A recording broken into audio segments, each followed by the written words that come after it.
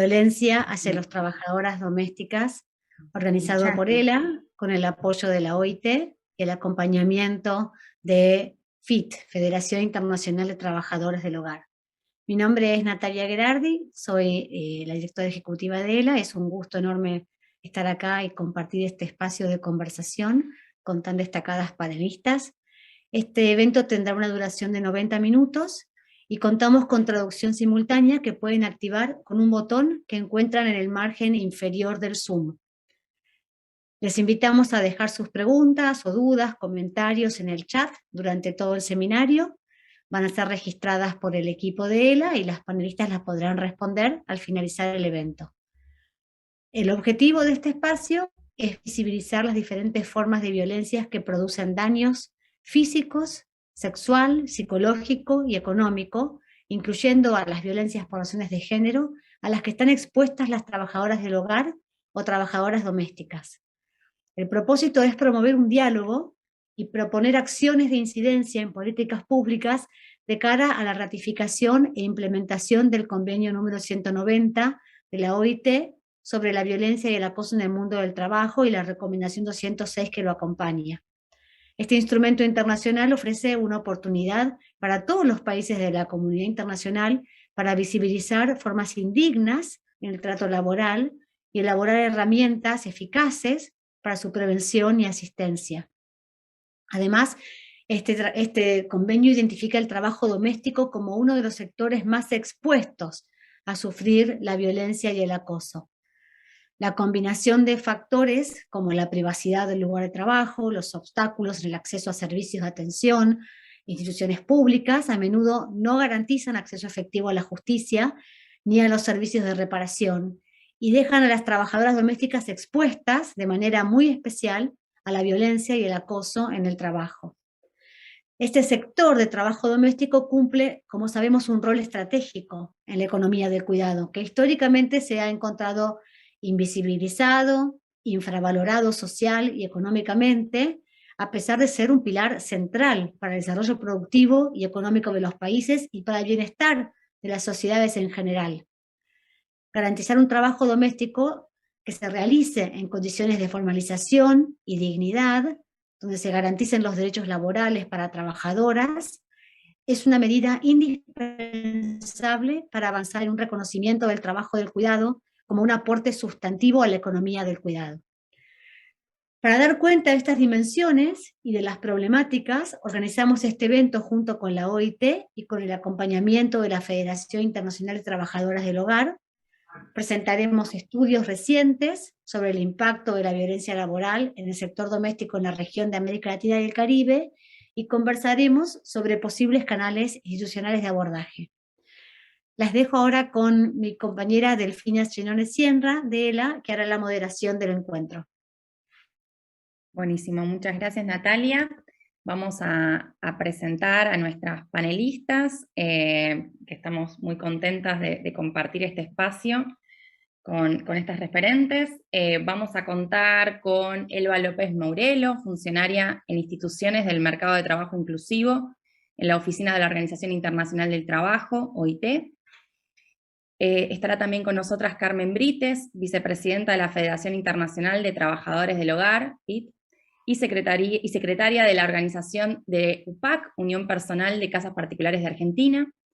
También está con nosotras Adriana Paz Ramírez, que es coordinadora regional para América Latina de la Federación Internacional de Trabajadores del Hogar. Y por último, contamos con Andrea Morales, presidenta de FETRADOMOV e impulsora de Citrado Trans, Sindicato de Mujeres Trans Trabajadoras del Hogar de Nicaragua. Desde ELA participará Gisela Dom, que es integrante del área de políticas, que va a presentar el reciente estudio que publicamos, titulado Estudio cualitativo de la violencia y el acoso en el sector de trabajo doméstico, que realizamos con el apoyo de la OIT. En el mismo se permite dar cuenta de las principales experiencias de violencia y acoso sufridas por las trabajadoras de casas particulares en su trayectoria laboral en Argentina, así como también permite identificar factores de riesgo y protección y los mecanismos de acceso efectivo y formal para proteger y reparar ante situaciones ocurridas. Queremos especialmente agradecer a la oficina de la OIT en Argentina por la confianza en nuestro trabajo, a Elba López Mourelo y a Javier Siquiaro, que nos acompañaron en todo el proceso, a las integrantes del equipo de investigación que llevó adelante este estudio con mucho compromiso y profesionalismo, bajo la coordinación de ELA, nos referimos a Lucía Cavallo y a Antonella Tirabassi como investigadoras principales, y a Tomás Gori como asistente de investigación. También agradecer a representantes de organizaciones sociales, sindicales, organismos públicos, bolsas de trabajo académicas que nos facilitaron sus conocimientos y experiencias en la temática. Agradecerle al Sindicato de Unión Personal Auxiliar de Casas Particulares, que generosamente puso sus conocimientos y redes de contactos para hacer posible la investigación. Y agradecer a cada una de las trabajadoras y empleadoras que participaron de este estudio por confiar sus experiencias y vivencias, a veces muy dolorosas y traumáticas, con nosotras. Esperamos que estos diálogos contribuyan a generar las transformaciones necesarias para garantizar mejores condiciones de trabajo para el sector doméstico, visibilizar algunas de las formas de trato indigno y mejorar a partir de políticas públicas que brinden mecanismos de atención y acceso a la justicia frente a situaciones de acoso y violencia. Así que para dar comienzo a este seminario, vamos a escuchar a Elba López Mourelo, funcionaria en instituciones del mercado de trabajo inclusivo de la Oficina de la Organización Internacional de Trabajo, OIT. Adelante, Elba.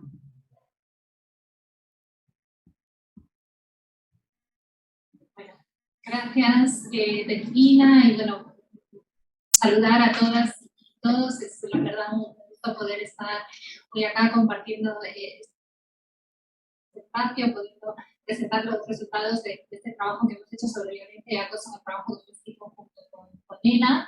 Y bueno, me gustaría en mi presentación presentar una serie de resultados, ¿no?, que tenemos recientemente para la región, para América Latina y el Caribe, con respecto a cuál es la situación en términos de empleo del sector, cuáles son las principales características, cómo ha sido su evolución a lo largo de estos 10 años, desde la adopción del convenio 189 de OIT, del convenio del sector de las trabajadoras y trabajadores domésticos que se adoptó en 2011. Entonces, bueno, tenemos a día de hoy ya evidencia de cómo ha evolucionado el sector en cuanto a sus características a lo largo de estos 10 años, y también de cómo está siendo la cobertura legal y efectiva del sector, que nos parece que es un buen comienzo para luego, bueno, poder entender mejor esas vulnerabilidades de las que hablaba también Natalia en su presentación, y que, bueno, hacen que en el sector haya una preocupación especial con respecto a la incidencia de la violencia y el acoso. Bueno, me gustaría entonces primero empezar presentando cuáles son las principales características del sector en la región. Y en este gráfico lo que mostramos es la proporción de trabajadoras domésticas en relación con el empleo total en distintos países de América Latina y el Caribe. Los datos corresponden al periodo justo anterior a la pandemia, porque es el último periodo para el que tenemos datos comparables, sabiendo que la pandemia también, bueno, modificó mucho todo lo que es el análisis estadístico para poder establecer estos datos comparativos. Y lo que observamos en este gráfico es que en la región hay 14,8 millones, casi 15 millones de personas que se dedican al trabajo doméstico remunerado, y esta fuerza de trabajo representa casi el 20% del total de trabajadores y trabajadoras domésticas del mundo, ¿no? Si bien estamos hablando de que es un sector que tiene un peso muy importante en el empleo de la región, hay diferencias también significativas entre países, ¿no? En el gráfico podemos ver a los países de la región ordenados según el peso que tiene el sector en sus economías. Entonces tenemos países como Trinidad y Tobago, Argentina, Uruguay, donde el trabajo doméstico casi representa incluso más del 8% del total del empleo, mientras que en otros países ese porcentaje es considerablemente menor, como es, por ejemplo, el caso de Perú o de Bolivia. Y luego también lo que observamos en este gráfico es que en muchos de estos países el sector representa un porcentaje muy alto del total de mujeres ocupadas, ¿no? Del total de mujeres trabajadoras de esos países. Por ejemplo, en el caso de Argentina, de Costa Rica o de Paraguay, el sector, en el sector de trabajo doméstico se desempeñan más del 17% del total de mujeres trabajadoras de estos países. Y lo último que también querría destacar con respecto a este gráfico es también que sí existen diferencias entre países con respecto a la presencia, a la feminización del sector, digamos, ¿no? Encontramos también países en la región en los que la proporción de trabajadores domésticos es casi, la proporción de varones es casi tan alta como la de mujeres, es por ejemplo el caso de Trinidad y Tobago o incluso de Tahití, mientras que en otros países la diferencia es mucho más significativa, como por ejemplo en el caso de nuevo de Argentina, donde prácticamente la totalidad de la fuerza de trabajo del sector la integran las mujeres. Bueno, en cuanto a las características del sector y los cambios que ha habido en la última década, bueno, cada tiempo es difícil como poder sistematizar todos los cambios, pero sí me gustaría como destacar 3 aspectos, ¿no? El primero es que lo que observamos es que cada vez en el sector las trabajadoras cuentan con más años de formación. Actualmente lo que observamos es que las trabajadoras en la región suelen tener en promedio 7,4 años de estudio. En 2000 esta cifra era de 6,4 años. Observamos que ha habido un aumento significativo. También observamos que el porcentaje de trabajadoras que tienen educación secundaria actualmente es de 26,7%. En 2000 este porcentaje era de 12%, así que observamos también a través de este indicador cómo ha habido un importante aumento en lo que es el nivel educativo, el nivel de formación en el sector. Otro aspecto sobre el cual observamos importantes cambios es el que tiene que ver con las modalidades de trabajo, ¿no? El trabajo sin retiro actualmente en la región no representa más del 20% en ninguno de los países. Hay igual también diferencias significativas entre ellos, pero digamos que en ninguno ese porcentaje es superior al 20%, y también se ha reducido de manera notable en los últimos años, por ejemplo, en más de 8 puntos porcentuales en el caso de Perú y Bolivia. Y un último aspecto sobre el que me gustaría mencionar, bueno, una característica del sector es en lo que tiene que ver con la presencia de trabajadoras migrantes, indígenas y afrodescendientes, que además son las más desprotegidas cuando atendemos al sector, ¿no? Las trabajadoras domésticas migrantes son el 35,3% actualmente del total de trabajadoras migrantes de la región, y las migrantes se concentran en mayor medida en aquellos ámbitos del trabajo doméstico más vulnerables, como por ejemplo la modalidad sin retiro. Bueno, este aspecto también es importante a tener en cuenta cuando analicemos la incidencia de la violencia y el acoso en el sector. Bueno, ahora brevemente querría comentar cómo ha sido el impacto de la pandemia del sector en base a los datos que manejamos desde OIT. Bueno, en este gráfico muestra los resultados de una encuesta que hizo la FIF y que compartió para el informe que realizó la OIT con motivo de la celebración del 10º aniversario del convenio 189, y lo que muestra este gráfico era cómo era el porcentaje de trabajadoras domésticas según su situación laboral durante los primeros meses de la pandemia, es decir, en abril y en mayo del 2020. Este dato se elaboró en base a una encuesta que hizo la FIF a casi 3.000 trabajadoras. Si bien no es una encuesta representativa, sí es un muy buen reflejo de cómo ha sido el impacto en esos primeros meses de la pandemia en el sector. Y lo que observamos es que, si tenemos en cuenta el total de países analizados, un 49% de las trabajadoras encuestadas fueron despedidas o suspendidas entre abril y mayo del 2020.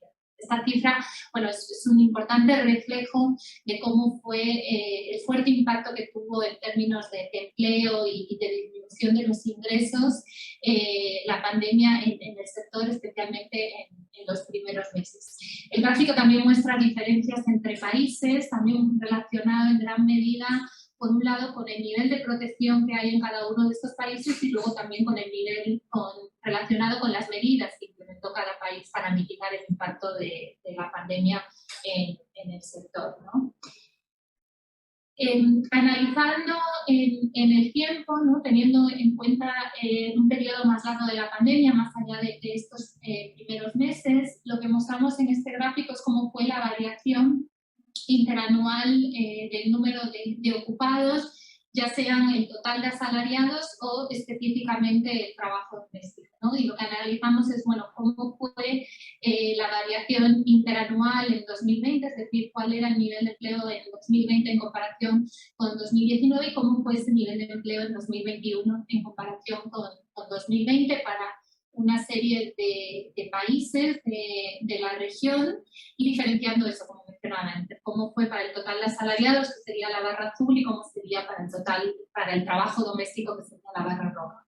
Y bueno, acá lo que observamos es que en el primer año de la pandemia, en 2020, para la totalidad de los países que analizamos, la caída del empleo en el trabajo doméstico fue significativamente mayor que la caída que se observó en el total de asalariados, ¿no? Entonces, bueno, pues también refleja cómo el impacto de la pandemia en términos de empleo fue mucho más significativo en este sector de lo que observamos para el total de la economía, ¿no? Y luego, cuando atendemos a lo que ha sucedido a lo largo del 2021 en los distintos países, cuando ya muchos países han empezado a iniciar una senda de recuperación del empleo, bueno, acá lo que observamos es que los resultados con respecto al trabajo doméstico son digamos, diversos, ¿no? Por un lado, tenemos países en los que se observa una recuperación del empleo para el total de asalariados y, sin embargo, esto no sería el caso en cuanto a lo que se refiere al trabajo doméstico, ¿no? Por ejemplo, lo que observamos en Argentina hasta el tercer trimestre del 2021, si bien ahora está habiendo también una recuperación del empleo en el sector, ¿no? Y otros países, sin embargo, lo que mostraron en el 2021 fue un crecimiento en el empleo del sector mayor de lo que, por ejemplo, se registra para el total de la economía, ¿no? Que es lo que observamos, por ejemplo, en el caso de Colombia o de Paraguay.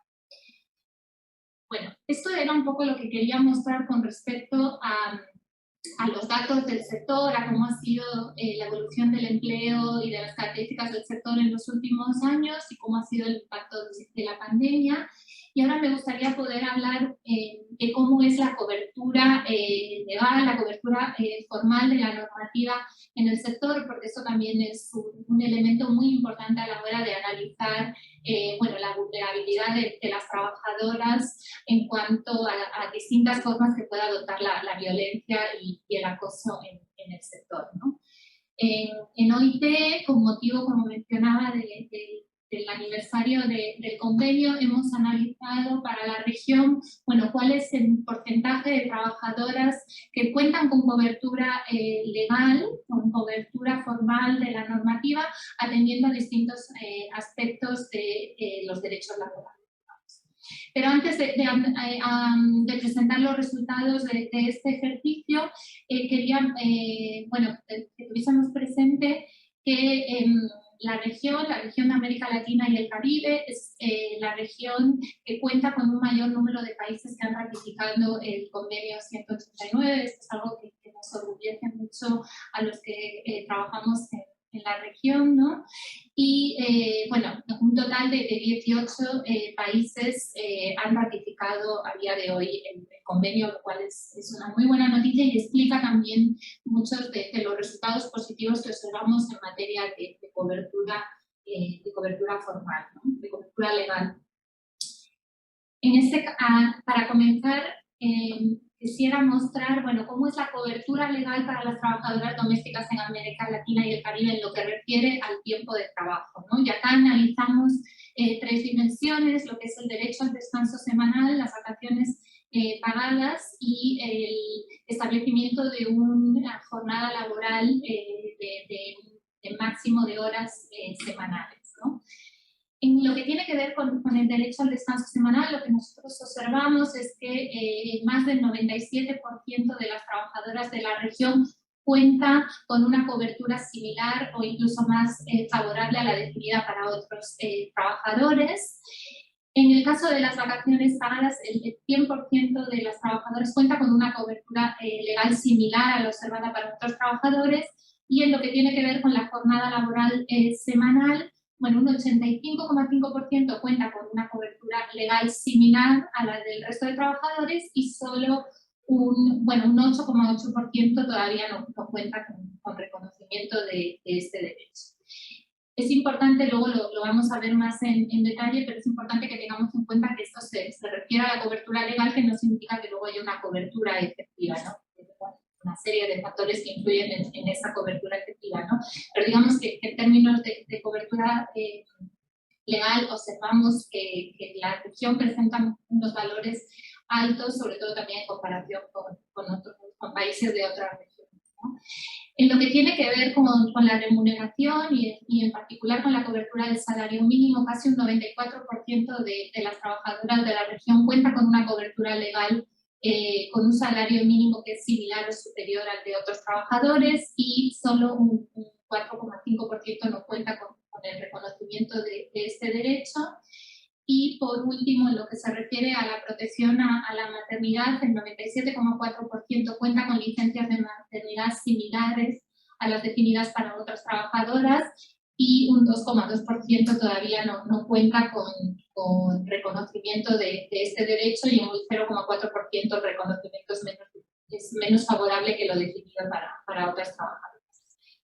Entonces, bueno, esto es en lo que se refiere a la cobertura legal, y lo que ahora me gustaría presentaros es, bueno, cómo vamos de lo formal, de esto legal, a los hechos, es decir, a la cobertura real o efectiva, ¿no? Y acá, bueno, es donde empieza el mayor desafío que enfrenta el sector. Una serie de resultados con respecto a esa cobertura efectiva de la que hablaba.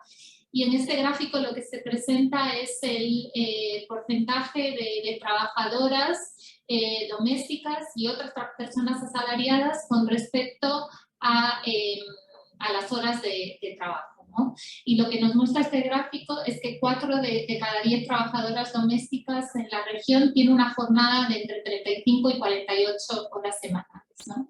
Y esto lo que nos estaría reflejando, si lo comparamos con el porcentaje para el total para otras personas asalariadas, que llega a ser el 64%, es de la subocupación horaria que existe en el sector, y que si lo comparamos con los datos del 2012 no ha variado significativamente, ¿no? Entonces todavía tenemos una digamos, alta incidencia de la subocupación horaria en el sector, que no parece haber cambiado a lo largo de estos 10 años, ¿no? En el siguiente gráfico lo que quería mostrar es el ingreso promedio mensual de las trabajadoras domésticas como porcentaje del salario promedio mensual para el resto de personas asalariadas. Y acá lo que nos está mostrando este gráfico es que en todos los países este valor es inferior al 100%, lo que nos está reflejando es que en todos los casos el ingreso promedio mensual de las trabajadoras domésticas para todos los países es inferior a lo que sería el salario promedio mensual para el resto de personas asalariadas. Hay diferencias entre países, el gráfico ordena los países según aquellos en los que el salario mensual del sector está más próximo al promedio de la economía, y en aquellos en los que esta diferencia es todavía más significativa. Pero bueno, si tenemos en cuenta el total de países, lo que observamos es que las trabajadoras domésticas reciben un ingreso mensual equivalente al 44,7% del percibido por las personas asalariadas, ¿no? O sea, menos de la mitad de lo que reciben el resto de personas asalariadas. Y ya por último, con respecto a lo que es la cobertura efectiva, el acceso a derechos, laborales en el sector, bueno, es muy importante que tengamos en cuenta lo que tiene que ver con la incidencia de la informalidad, ¿no? En este gráfico lo que se muestra es la proporción de trabajadoras domésticas y resto de personas ocupadas en el empleo informal y cómo ha sido el cambio entre 2012 y 2019. Si tenemos en cuenta el total de países, actualmente, en 2019, antes del impacto de la pandemia, el 72,3% de las trabajadoras domésticas de la región estaban en una situación de empleo informal. Ha habido una cierta disminución de la incidencia de la informalidad con respecto a 2012, en torno a unos 4 puntos porcentuales, pero todavía digamos que la incidencia es muy elevada y es también significativamente más alta que la que observamos, por ejemplo, si comparamos a las personas asalariadas excluyendo el trabajo doméstico, ¿no? En este caso, la incidencia de la informalidad en el trabajo doméstico es casi el doble de lo que observamos para el resto de personas asalariadas.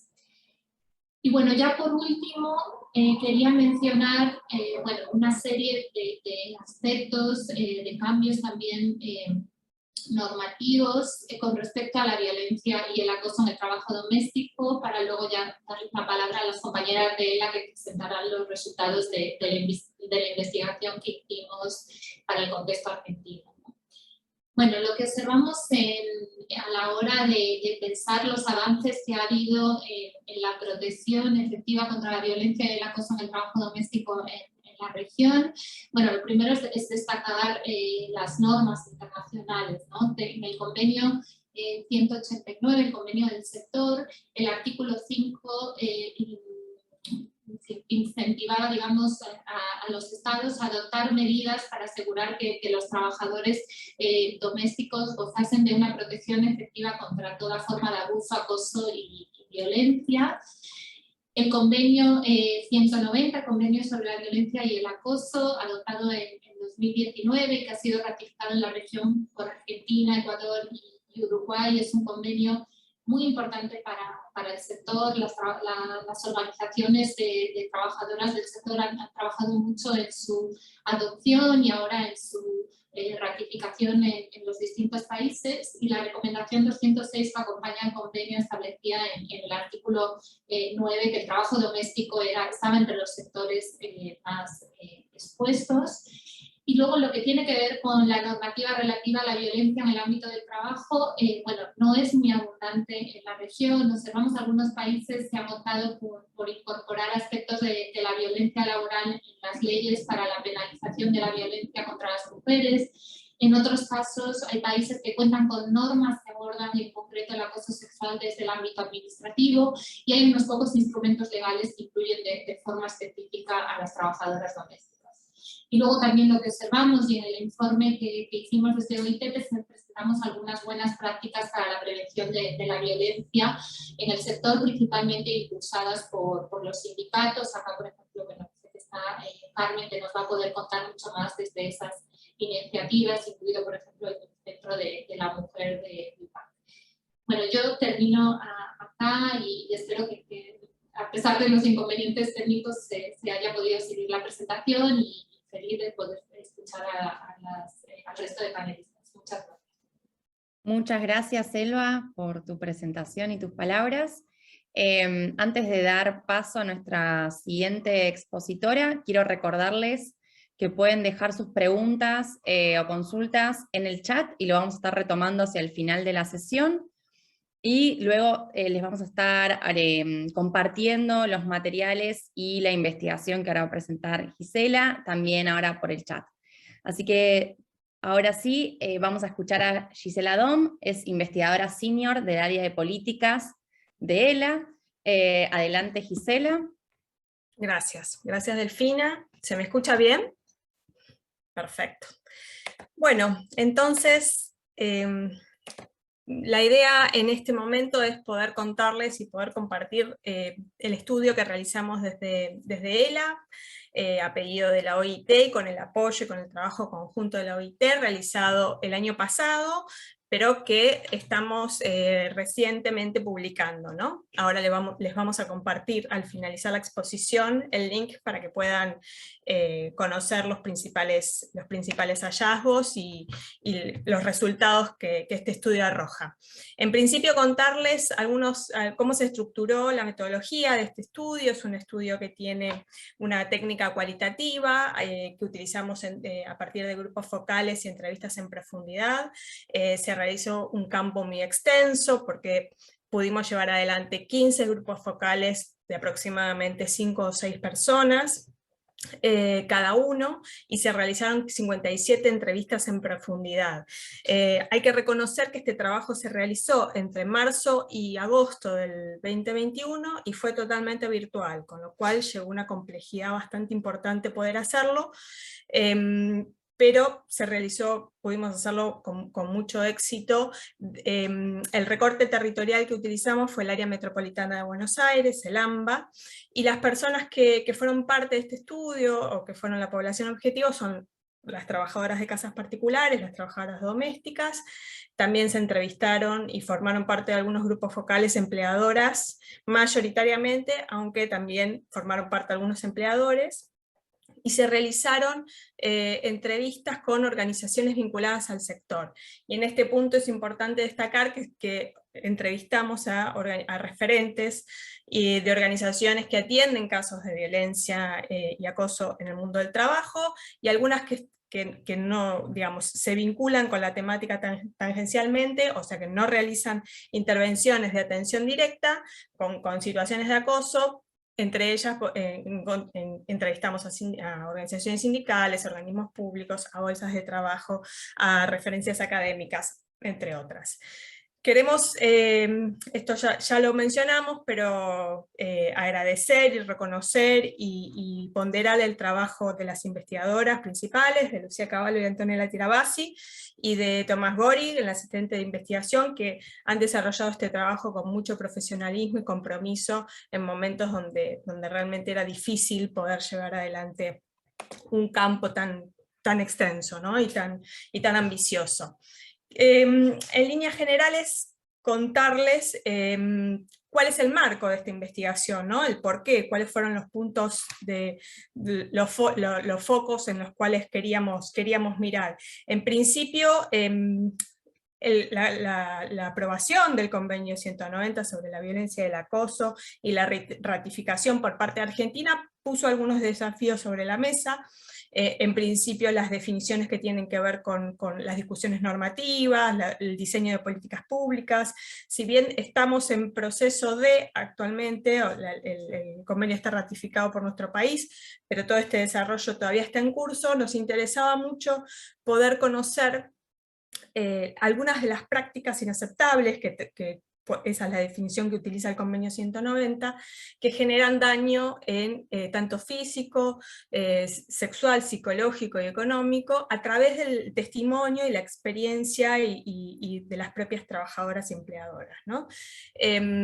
Porque en definitiva eso va a contribuir a los debates que se van a dar en torno a una conceptualización de la violencia y el acoso en nuestro país, y poder tener de las manos de las distintas actoras del mundo del trabajo, poder tener un poco este recorte y el entendimiento de cuáles son esas expresiones que son consideradas violencia y cuáles no, ¿no? O sea, no hicimos un recorte nosotras, sino lo que hicimos fue tratar de identificar cuáles eran las propias interpretaciones y representaciones en torno a estas prácticas.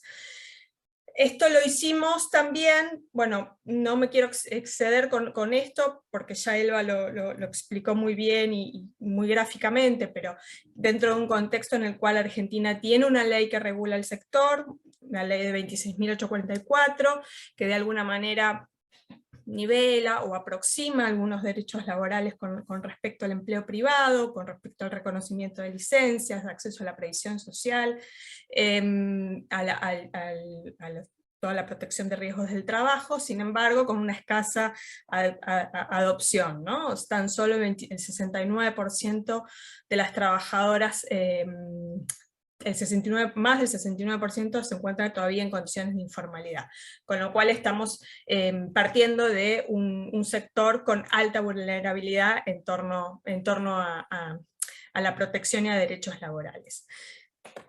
Y ahora sí, ¿cuáles fueron los principales hallazgos, ¿no? Los puntos, los nudos críticos que encontramos con respecto a las experiencias que relevamos, en este caso, de las propias trabajadoras, ¿no? Un dato muy significativo es que en casi la totalidad de las experiencias y las vivencias y las trayectorias laborales, las trabajadoras identificaron situaciones que le han generado daño, o sea, hay una clara visibilidad de este tipo de experiencias, muy por el contrario de la hipótesis inicial que suponía, o que suponíamos que podía haber prácticas muy naturalizadas.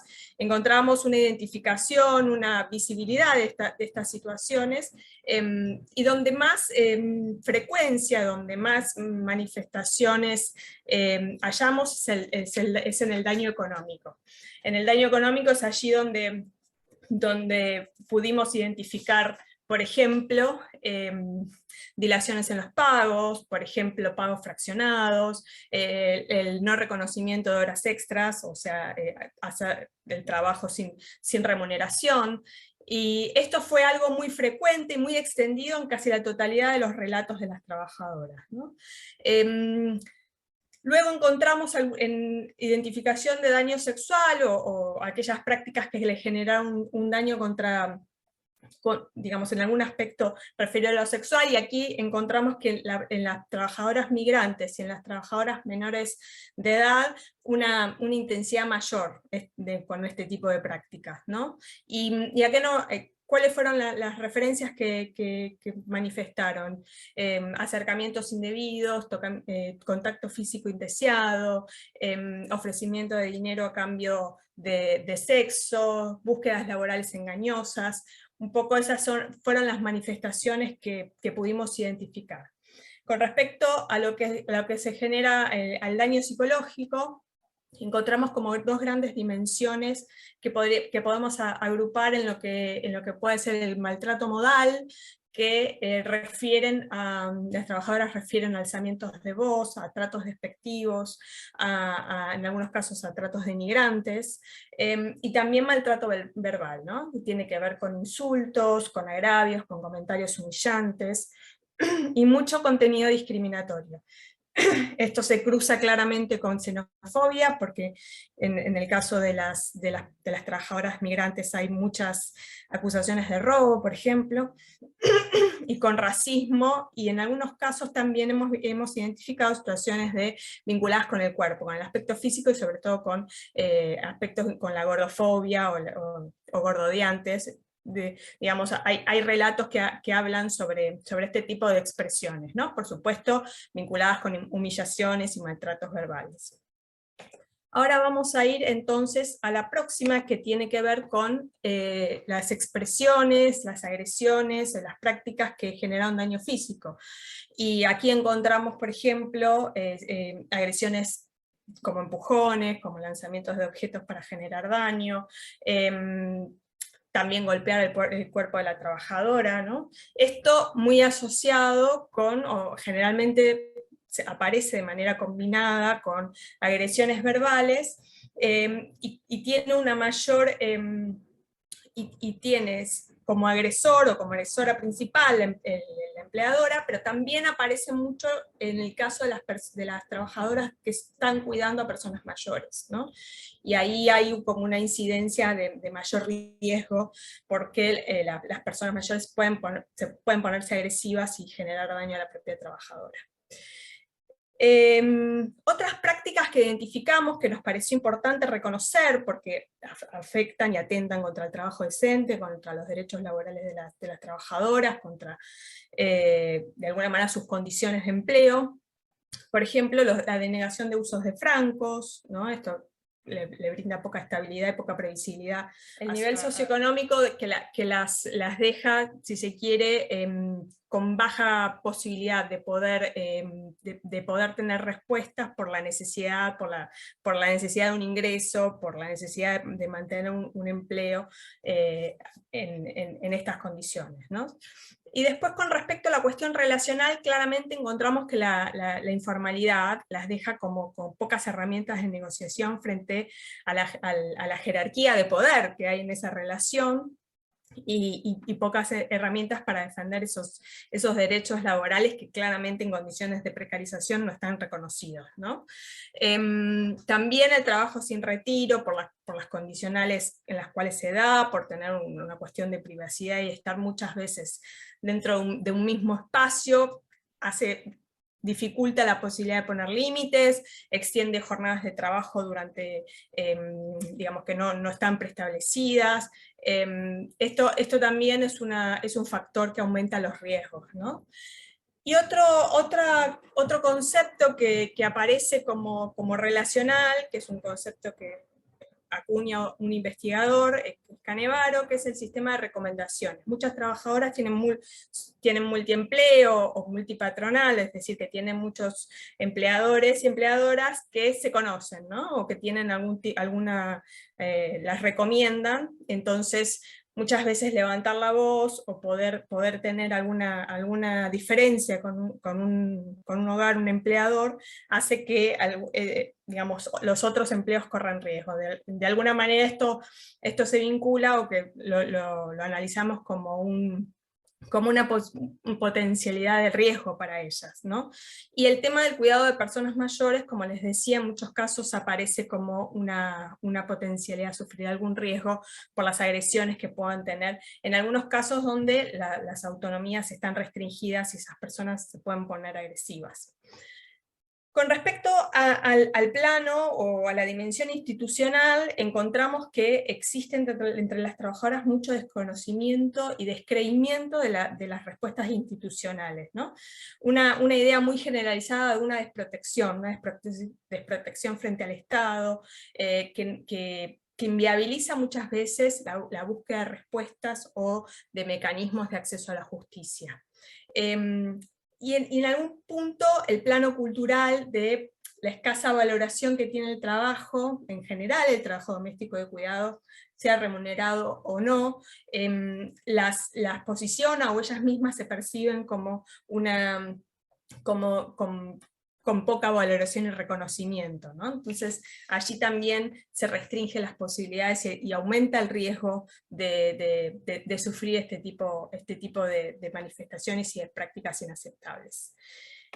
Y también en un plano de reconocimiento de los factores justamente que disminuyen las posibilidades de sufrir este tipo de comportamientos, encontramos que sobre todo las trabajadoras sindicalizadas, el estar informadas lo viven y lo perciben como una herramienta de protección, ¿no? De conocer sus derechos, de conocer la legislación que de alguna manera que regula el sector, es algo que de alguna manera protege ante situaciones de arbitrariedad, sobre todo en una relación laboral donde predomina digamos, una jerarquía. Y en torno a lo relacional, claramente la registración aparece como un elemento o como una condición laboral que permite, digamos, tener cierta protección, claramente porque hay derechos que están garantizados y que de alguna manera pueden buscarse mecanismos de respuesta. A nivel institucional, muchas se identificaron la necesidad de un marco normativo sólido, y aquí debemos levantar el punto de que existe en general mucho desconocimiento sobre la legislación que regula el sector, con lo cual allí hay una necesidad, nos parece, de poder fomentar incluso que se pueda difundir, ¿no? ¿Cuáles son estas herramientas? Al mismo momento poder generar mecanismos para que el reconocimiento del trabajo doméstico de cuidados, como decíamos al inicio, el trabajo que realizan las trabajadoras de casas particulares es muy significativo y muy fundamental para la economía del cuidado, pero claramente es transversal que hay muy poco reconocimiento social y económico, y esto claramente las trabajadoras lo identifican como un factor que debería protegerlas y que debería poder poder mejorarse para que sus condiciones de empleo también mejoren, ¿no? A ver, una vez que pudimos identificar los factores, también sondeamos las resoluciones de conflicto, cuáles fueron los mecanismos que utilizaron cuando se presentaron. Como les dije al inicio, muchas de las trabajadoras pasaron, experimentaron, vivenciaron situaciones de distintos daños dentro de su trayectoria laboral. Entonces, uno de los objetivos fue, bueno, cuáles fueron esos mecanismos para poder llevar adelante, o para poder negociar, o para poder resolver, ya sea las múltiples respuestas que se pueden encontrar en estos casos, ¿no?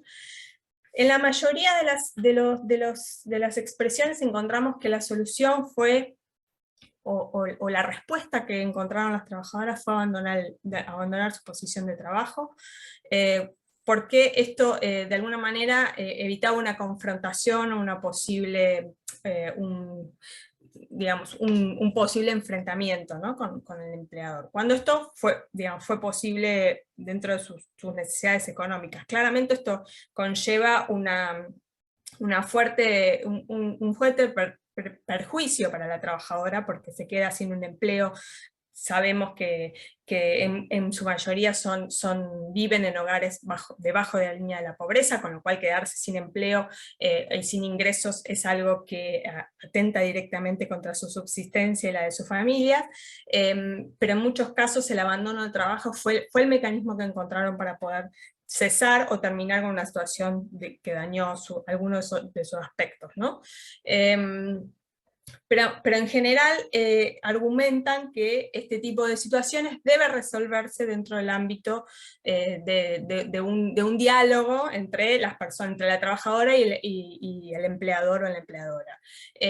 Solamente en situaciones extremas o situaciones graves donde se atenta contra la integridad física o sexual, pudieron identificar que la resolución debía ser externalizada o debía ser intervenido un tercero, generalmente vinculado con el sistema judicial o con una denuncia dentro del ámbito de la justicia, ¿no? Cabe mencionar que de todos los casos que pudimos analizar, solamente 3 trabajadoras habían llevado sus casos, sus situaciones de prácticas inaceptables a la justicia. Y después indagamos un poco cuáles eran las faltas o los argumentos de por qué no acudían a los centros, los mecanismos de asistencia y de protección que actualmente existen, y en muchos casos encontramos una alta desinformación, ¿no? de los mecanismos. En general esto se visibiliza más en las trabajadoras migrantes y de bajo nivel educativo, pero digamos que no... Es algo que está bastante extendido, ¿no? Del desconocimiento, de la desinformación de cuáles son los canales de asistencia o de acceso a la justicia que pueden existir. Y en general, cuando les preguntamos cuáles eran los tipos de argumentos por los cuales o por qué no iban a estos servicios, las que conocían los servicios, por qué no accedían, y me encontramos que en muchos casos consideraban que su palabra no iba a ser tenida en cuenta, o iba a tener un peso menor que el de su empleadora. También hubo un anclaje muy importante en el tema de la informalidad, ¿no? Muchas consideran que el estar informal, la condición de informalidad les restringe las posibilidades de respuesta en muchos espacios.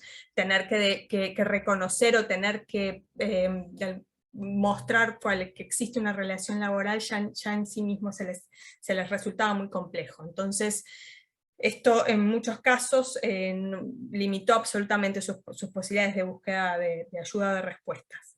Y otra cosa importante que identificamos es que consideran que las instituciones que están habilitadas para dar respuestas, en muchos casos son muy burocráticas, tienen procesos lentos, tienen procesos engorrosos, que muchas veces resuelven a favor de la empleadora, y que para ellas les resulta muy complejo de costear económicamente, ¿no? Ese tiempo que tienen que destinar a hacer un proceso de reclamo, de denuncia, de queja, o lo tienen que solventar con su tiempo de trabajo, que claramente no pueden destinar a un nuevo empleo, con lo cual les resulta, se transforma en un obstáculo claro en el acceso a la justicia que pueden tener. A ver, y para ir a un plano de las recomendaciones, que como luego van a ver en el documento, hay un desagregado bastante importante de cuáles son de alguna manera algunos señalamientos, algunas orientaciones de por dónde consideramos podrían estar orientadas las políticas públicas para poder desarrollar mejor incidencia o mejores mecanismos de protección.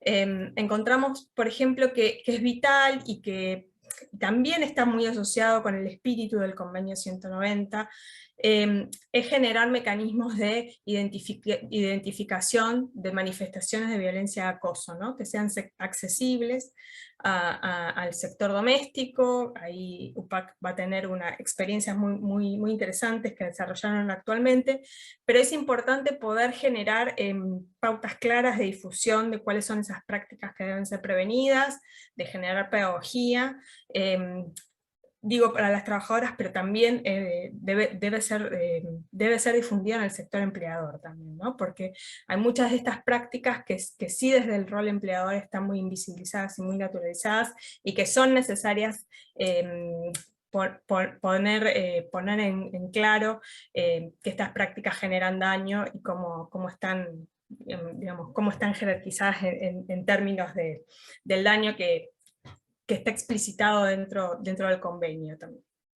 Otra cosa que nos pareció muy importante es esta idea de poder generar una revisión crítica de los mecanismos y los servicios existentes en consultas, denuncias y protección.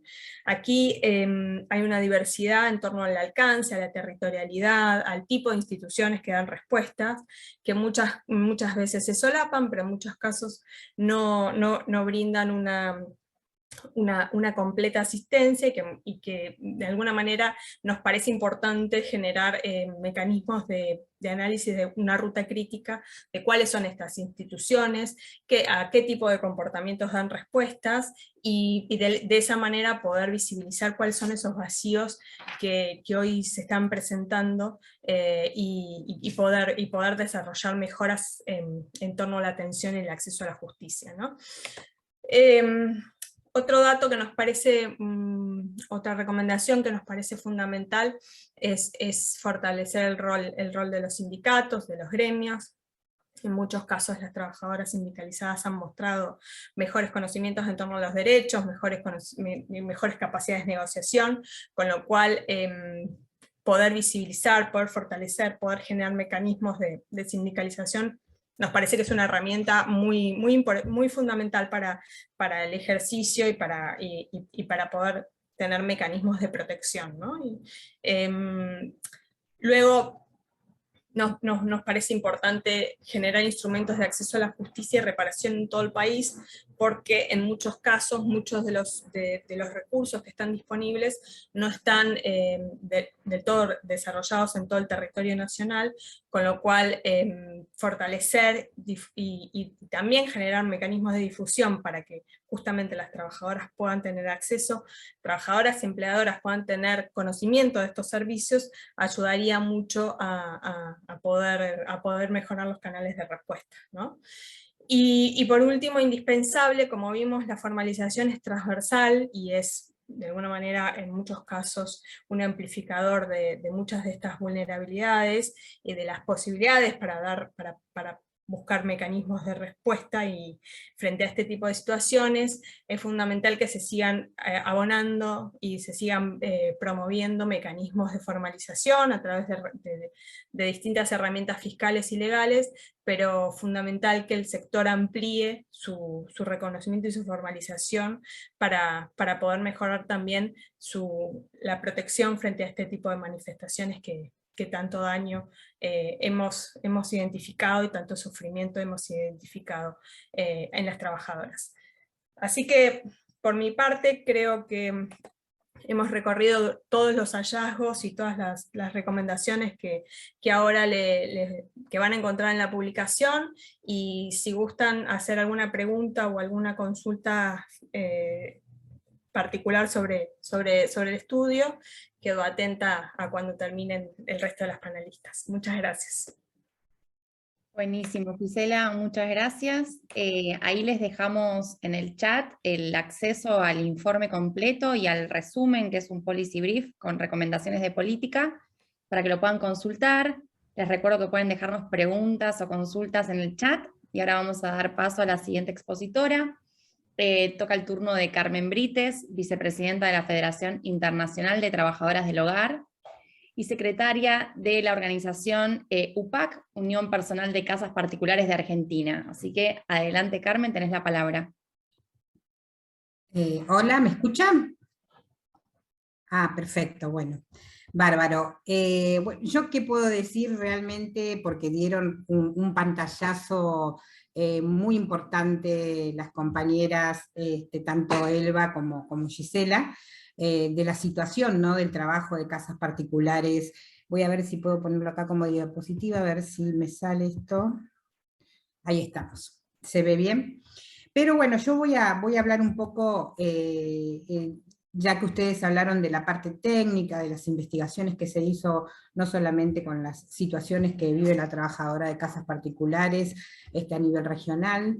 Voy a hablar un poco qué es ¿por qué nos sirvió a nosotros el convenio 189? ¿Por qué nos sirve a nosotras, las trabajadoras del hogar, el convenio 190?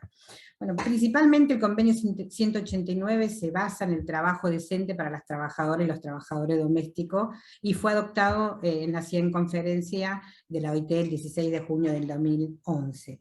Pero la influencia en Argentina para nosotros fue muy importante, porque si bien el convenio se ratificó en el 2014, nosotras utilizamos este convenio, todas las organizaciones sindicales que representamos acá en Argentina. Fue una lucha constante para llegar a poder sacar de circulación un decreto del año 56 que realmente no traía ningún tipo de derecho a las compañeras, a las trabajadoras, y de alguna manera este convenio 189 venía a ser una herramienta para empezar a tener los derechos como tenían cualquier otro trabajador, ¿no?, que se nos identifiquen principalmente como trabajadoras. Esto viene a ser esta ley 26844, ¿no? La Argentina es el 13 Estado miembro de la OIT y el 7º en América Latina y el Caribe de haber ratificado este convenio, ¿no? Y tiene que ver con las condiciones y las mejoras del trabajo doméstico, y decenas, obviamente, a nivel mundial de trabajadores de casas particulares tienen el derecho a la ratificación de este convenio, pero también a la implementación, ¿no?, que esa es la gravedad que tenemos. Tenemos un convenio ratificado en muchísimos países que no tienen leyes nacionales, pero que no se cumplen. Para nosotros, el impacto que tuvo este convenio, como bien dije, fue la ley 26844, poder llegar en el 2013 a la modificación de ese decreto antiguo, pero a su vez también a ratificar en 2014 el convenio 189. Pero cómo también debíamos utilizar este convenio y esta ley, porque ambos son dos normativas para nosotros muy importantes, era llegar a las trabajadoras de casas particulares que tengan esta información de que teníamos una protección nuevamente de ley, que teníamos un convenio ratificado, y acá a partir de toda esta historia, nosotros ya en 2006 teníamos la Escuela de Capacitación a nivel nacional, de casas particulares de la UPAC, y ahí empezamos a hacer curso de la ley 26844 para poder capacitar en lo que tenía que ver la normativa, el diálogo social, y obviamente de cómo podíamos llegar a nuestros empleadores para poder que esta ley sea cumplida, ¿no?, que en realidad es una obligación del empleador y un derecho del trabajador de casas particulares. Utilizamos diferentes criterios de calidad y eficiencia en la gestión, se logró empoderar al sector del servicio doméstico, porque la realidad es que muchísima desinformación había en su momento, y hoy las trabajadoras de casas particulares, hay muchísimas compañeras que hoy saben que tiene que existe una ley que las protege y bueno, vamos por el camino de la inserción laboral registrada, ¿no? Con el registro que nos corresponde y es el derecho que tenemos. En este marco lo que hicimos es concientizar a todas las escuelas y a todas las trabajadoras de casas particulares de cuáles eran nuestros derechos. Aparece también el convenio 190, ¿no? Que para nosotros este convenio va de la mano del convenio 189, debido a que nosotros tenemos distintas formas de violencia, como bien dijeron tanto Gisela como Élvaro.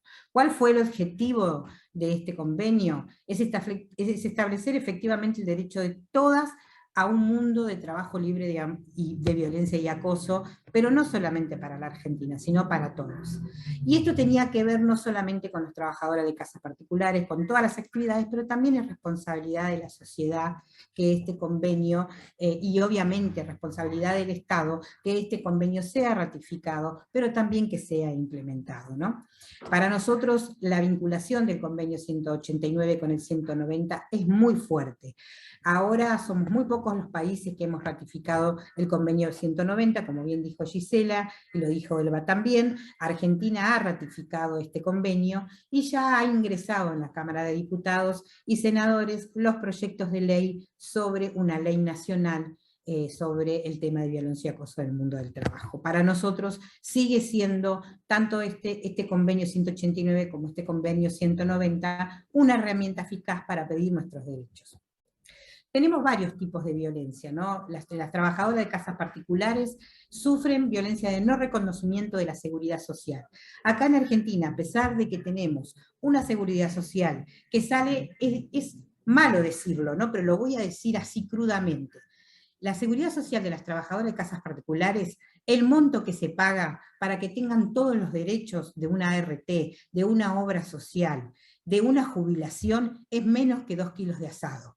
Compañeras, es menos que 2 kilos de asado. Y así todo todavía seguimos teniendo en la Argentina casi 1.300.000 compañeras que están trabajando en la informalidad. Compañeras no registradas, cuando hay una ley que dice que toda trabajadora de casas particulares, no importa los días ni las horas, tiene que estar registrada. La falta de pagos de licencias, vacaciones o feriados, ¿no? Esto de no tener reconocimiento de la registración lleva a la falta de estos derechos que tenemos, porque no son beneficios, son derechos que tienen las trabajadoras de casas particulares y que no se abonan.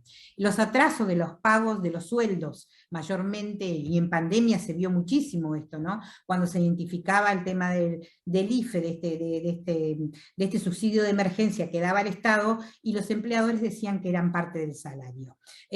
O el no pago de salarios en la crisis que sufrimos en el COVID-19. La discriminación no solamente de las trabajadoras nacionales, sino también de las trabajadoras migrantes, ¿no? Es esta importancia que no podemos dejar de pasar, de siempre nombrar a nuestras compañeras, porque acá en Argentina no hay diferencia entre trabajadoras nacionales y trabajadoras migrantes en cuanto a lo que tiene que ver con la ley. Nosotros, aparte obviamente con la Federación Internacional, que seguramente Adriana Paz, que es nuestra coordinadora regional, va a hablar de todo lo que hace la región, es que se planea a un nivel regional, es que las trabajadoras del hogar puedan dar a conocer y participar en todos los foros y visibilizarse, y visibilizar el convenio 190 y la importancia que tiene para nuestro sector. Implementar una guía y una ratificación de los convenios 189 y 190, ¿no? No solamente tener esta ratificación, esta implementación, sino que también tengamos esas herramientas de cómo se implementa un convenio 189, un convenio 190, un convenio de la Organización Internacional del Trabajo. Capacitar sobre acciones ante el Estado y obviamente el Estado tiene que ser responsable de esta ratificación. Argentina ratificó el convenio, tiene que ser responsable de la implementación y que se cumpla, porque si no estamos hablando de normas muertas. Para nosotros es importante trabajar con todos los actores, ¿no? Todos los grupos de interés, en este caso también obviamente con ELA, que hemos hecho capacitaciones también sobre temas de cuidado, con los gobiernos, con los municipios, con los gobiernos provinciales, con el gobierno nacional, con las sociedades civiles, con las ONG, con las agrupaciones sindicales que defendemos los derechos de las trabajadoras.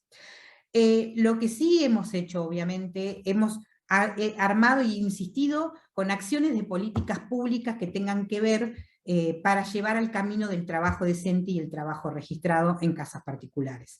Apareció el programa Registrada, que esto en realidad nace a partir de hacer la conexión y la unión con SACRA en ese momento, con las amas de casa que están dentro de la Comisión Nacional de Trabajadoras del Hogar, o trabajadoras de casas particulares acá en Argentina, donde nosotros presentamos al gobierno, en ese momento se le estaba dando un subsidio a las pymes, a las empresas más chicas, a esos empleadores que en el COVID-19 estaban perdiendo su nivel económico y no podían mantener, y a la primera que se la despedía era la trabajadora de casas particulares. Entonces nosotros, en unidad con los empleadores, con esos empleadores de ama de casa que necesitaban ese respiro económico, pedimos al gobierno que se nos dé un subsidio para los empleadores que sea mínimamente entre el 30 y el 50% del salario de la trabajadora, para que nuestras compañeras trabajadoras no puedan perder los puestos de trabajo, porque también estábamos en una crisis muy importante donde muchas trabajadoras en el COVID-19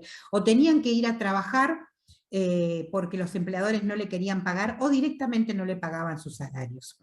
Esto se logró poder trabajar con el Ministerio de la Mujer, con el Ministerio, bueno, con el Banco Nación, que es a nivel nacional, y poder fomentar esta comunicación. Hoy ya vamos por la segunda etapa de Registrada. Obviamente, como todo programa de registración, de subsidio que se le está dando al empleador, tiene muchas falencias, que desde nuestra organización planteamos los requisitos y las falencias que tenían en cuanto a los requisitos que pedían al empleador para que puedan ingresar a este programa, ¿no? Como por ejemplo que no se le daba a todos los empleadores, sino a un solo empleador. Sabemos que nosotros tenemos pluriempleo, por lo cual hay muchos empleadores que necesitan ingresar a este programa, y hemos insistido y estamos en camino a modificar para un tercer programa de registradas, del programa Registrada. Otra de las cuestiones muy importantes que tenemos y que nos pasa a nivel mundial es el tema de la fiscalización. En octubre del 2021 hablamos con el Ministerio de Trabajo Provincial, que es donde están los country, los lugares de barrios cerrados, donde hay muchísimas trabajadoras de casas particulares, y a través de la información que nos dan nuestras propias compañeras, sabíamos que había un libro de registro de entrada y de salida, y que identificaba al empleador, pero también identificaba a la trabajadora y qué actividad hacía. Esto no solamente pasa con las trabajadoras de casas particulares dentro de un country o barrio cerrado, sino también, por ejemplo, a la construcción, ¿no? Que entran muchos trabajadores de la construcción. A partir de ahí hicimos una campaña donde presentamos una campaña fuerte realmente, porque lo que hicimos es acompañar al Ministerio de Trabajo presentando un oficio pedido a los country que entreguen los libros para ser verificados quiénes son los que tenían las trabajadoras de casas particulares registradas y quiénes no. Y aquellos countries que no cumplieran con el oficio que tenían que presentar van a ser multados con una multa bastante importante económica por no hacer la presentación. Y seguir, obviamente, intimándolos a que sean presentados. A través de eso nosotros quisimos hacer unos panfletos que tenían que ver, conocer tus derechos y deberes, con un QR donde tenemos la guía que habíamos hecho con la OIT, empezamos desde el 2005, pero esta guía fue evaluada todos los años, cada 2 años, para obviamente modificar y tener los datos como corresponden. Por otro lado, el régimen de la ley de casas particulares, la 26844, y el programa Registrada en un QR donde cualquier persona con un teléfono Android o un teléfono con más tecnología pueda acceder a esa información. Y obviamente seguimos acompañando el tema de la fiscalización. O sea, esto ya es una pequeña herramienta para poder empezar a fiscalizar en los lugares donde realmente hay una situación económica importante, que tienen trabajadoras, pero que no se están registradas. Por otro lado, hicimos una campaña muy importante, y acá sí se incorporaron otras organizaciones sindicales a nivel nacional, de diferentes organismos que también son sindicatos que tienen y peleamos por la lucha de los derechos de las trabajadoras de casas particulares, donde se hizo una campaña Es Trabajo No Es Ayuda. Esto fue muy importante porque pudimos visibilizar a través de la radio, a través de la TV pública, toda la información y las situaciones, ¿no?, que estaban en este momento pasando y siguen pasando las trabajadoras, ¿no? Y también un poco el tema de los salarios. Sabemos que los salarios de las trabajadoras son salarios mínimos, pero la realidad es que en Argentina hay una tabla que tenemos un salario mínimo que se discute en la Comisión Nacional de Trabajadoras del Hogar, pero esa es la base.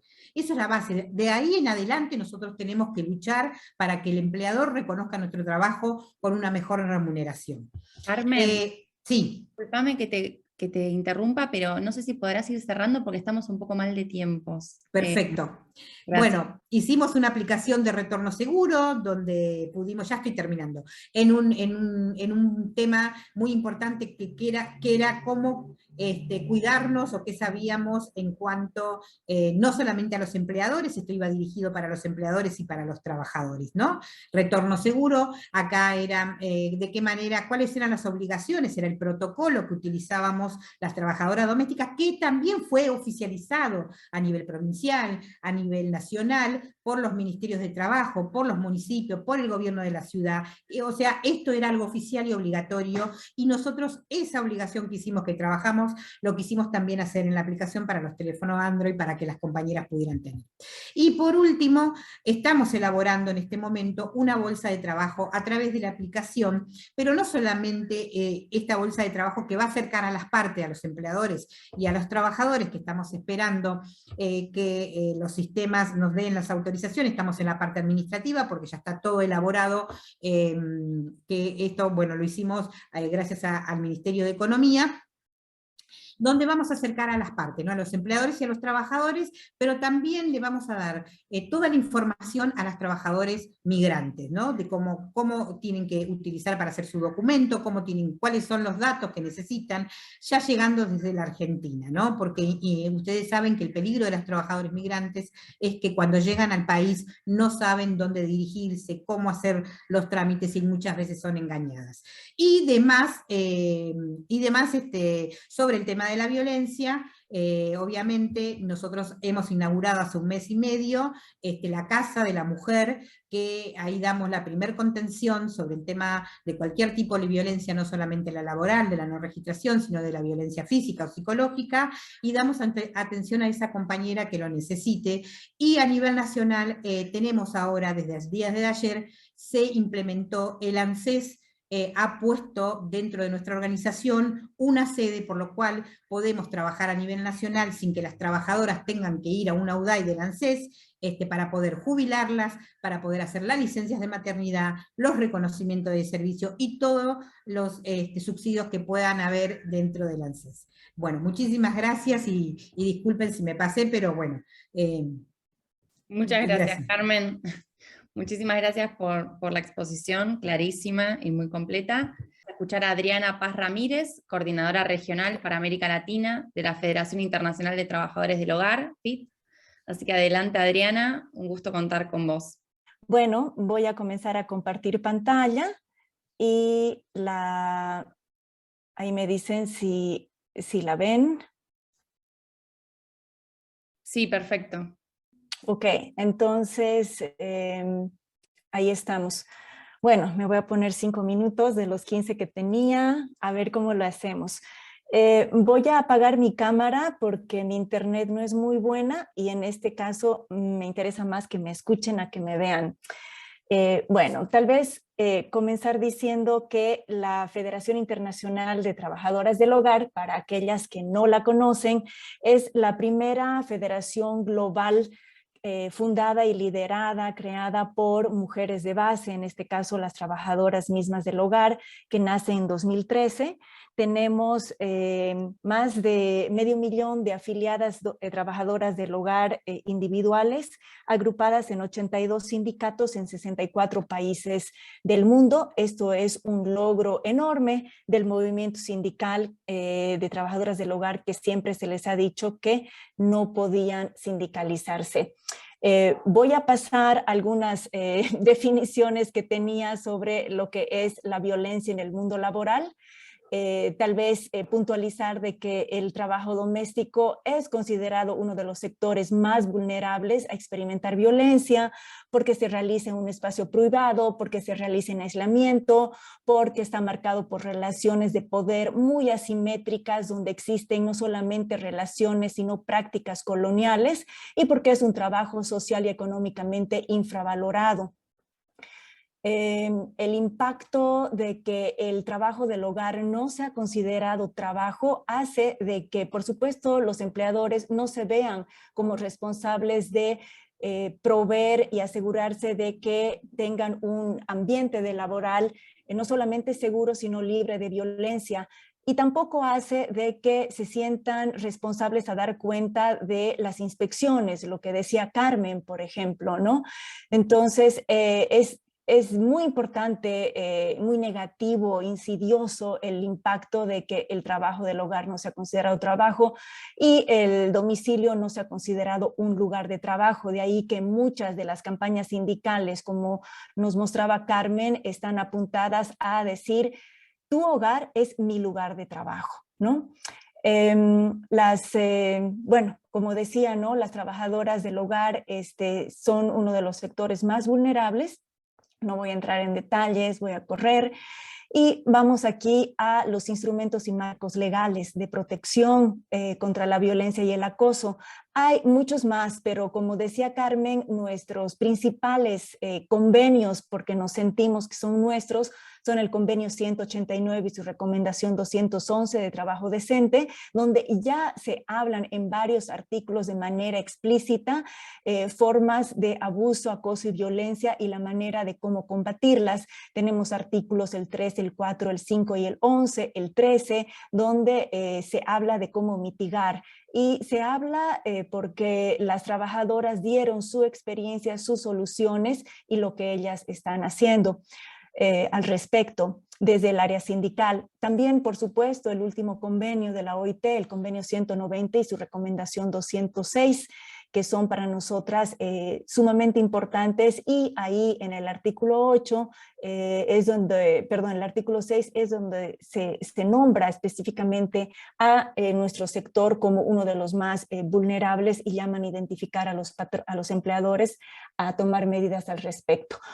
Yo quiero felicitar mucho a ELA, al equipo de ELA, a Gisela, a la OIT, porque justamente nosotras vemos una falta de estudios, investigación empírica sobre la violencia y el acoso en el trabajo doméstico. No tenemos muchos estudios, entonces este es un estudio importante. Todos los países tienen una heterogeneidad muy grande en cuanto a las condiciones de trabajo de las trabajadoras del hogar, y eso hace de que las estrategias de incidencia frente al acoso y a la violencia también sean muy diferentes.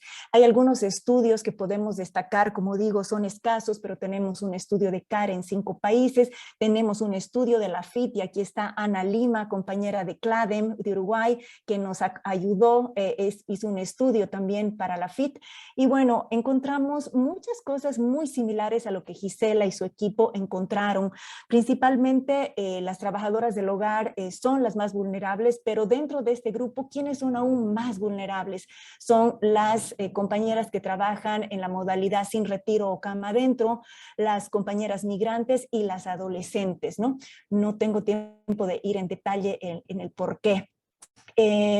Las trabajadoras del hogar en lo cotidiano, ellas no solamente viven la violencia, sino de que mapean cuáles son los lugares, los espacios de la casa donde ellas se sienten más vulnerables. Estos son los dormitorios de los empleadores, porque son los lugares más seguros inseguros en el lugar de trabajo, es donde ellas pueden ser acusadas de robo o pérdida de objetos personales, y también ser abusadas por los hijos de los empleadores, especialmente cuando están bajo efectos de drogas o alcohol. También señalan las compañeras que la cocina es otro espacio de riesgo de acoso sexual. Algunas de ellas dicen, nos tocan por la espalda mientras estamos cocinando o cuando nos estamos agachando, limpiando las cosas. Y también el trayecto del trabajo a su casa es otro de los lugares, ¿no? Los efectos de la violencia en los cuerpos y en las mentes de las trabajadoras del hogar.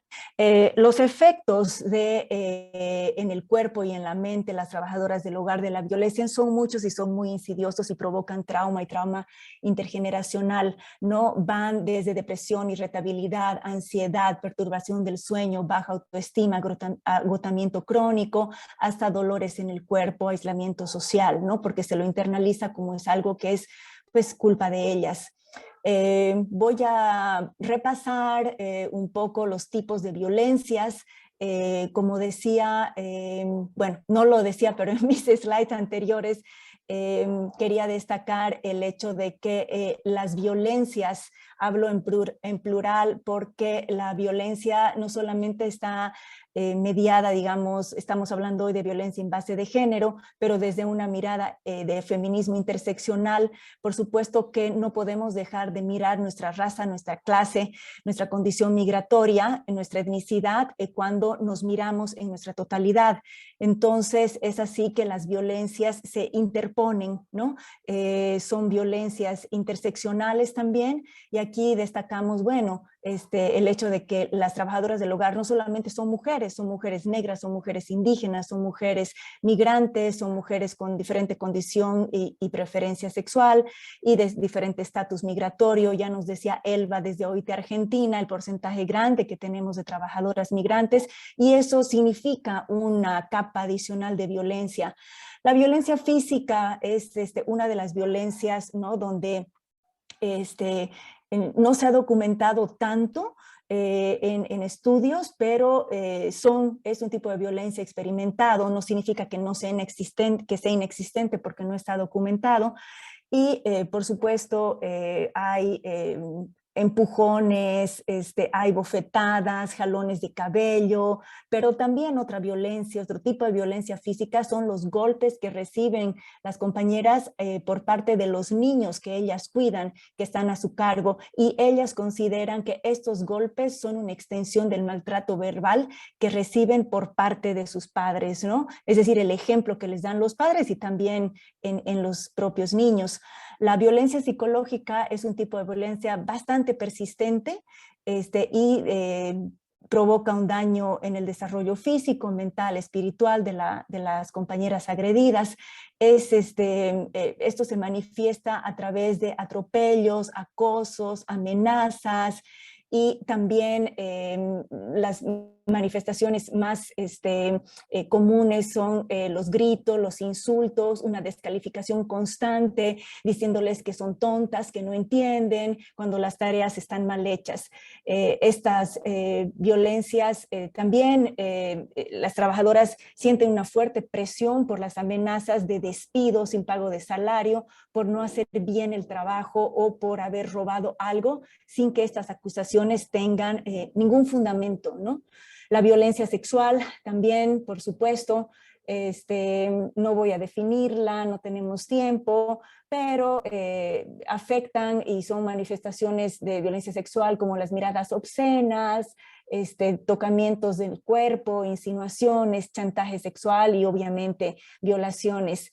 En un caso trágico fue en 2018 cuando una trabajadora del hogar en Honduras perdió la vida, fue matada por un tiro, un disparo de su empleador cuando ella estaba ayudando, socorriendo a la empleadora que estaba sufriendo violencia doméstica. Vi que en el chat alguien preguntó si habían encontrado la intersección de violencia doméstica y violencia en el trabajo. Sí, por supuesto que está. y también algunos estudios en República Dominicana, donde la mayor parte de las trabajadoras del hogar son inmigrantes haitianas de raza negra. Hay una hipersexualización de los cuerpos negros y los cuerpos morenos, y los empleadores pues tienden, ¿no?, a hipersexualizarlas. La violencia económica, que tiene mucho que ver con la identidad de raza, clase, género, etnicidad, y con la desvalorización del trabajo doméstico. Las manifestaciones, como nos decía Carmen, y también en el estudio de ELA, son el no pago de los salarios, el pago atrasado, las amenazas con no pagar las remuneraciones que les corresponden, como las vacaciones, las prestaciones sociales. También son violencias económicas, los descuentos que les hacen por la comida, por los uniformes o los útiles necesarios para el trabajo, como los guantes o artículos domésticos dañados, entre comillas, por manipulación de la trabajadora. Es el no pago de las cotizaciones horas extras. Y todo esto, por supuesto, que afecta con mayor énfasis a las trabajadoras domésticas migrantes, especialmente las que tienen una situación de migratoria irregular, las amenazas de no pagarles el salario, vienen amenazadas también con los reportes a las autoridades migratorias. Esto se ve mucho sobre todo en Estados Unidos, o en lugares donde las leyes migratorias son bastante draconianas, como en República Dominicana, con las migrantes haitianas, por ejemplo, ¿no? También hablamos nosotras de la violencia laboral. Son expresadas en jornadas excesivamente largas. Esto se vio aún peor en la pandemia, la sobrecarga de trabajo que atenta contra la salud de las compañeras, y el no respeto a los descansos y pausas y días feriados, los espacios de la vivienda que les dan.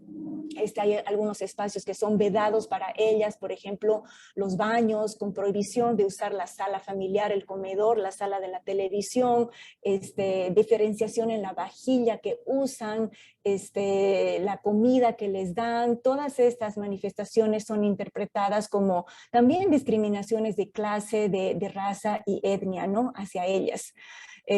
Las trabajadoras cama adentro sin retiro son las que enfrentan aún peor este tipo de violencias. Generalmente se les asigna el cuarto más chiquitito, más oscuro, sin ventilación y sin privacidad en la casa, ¿no?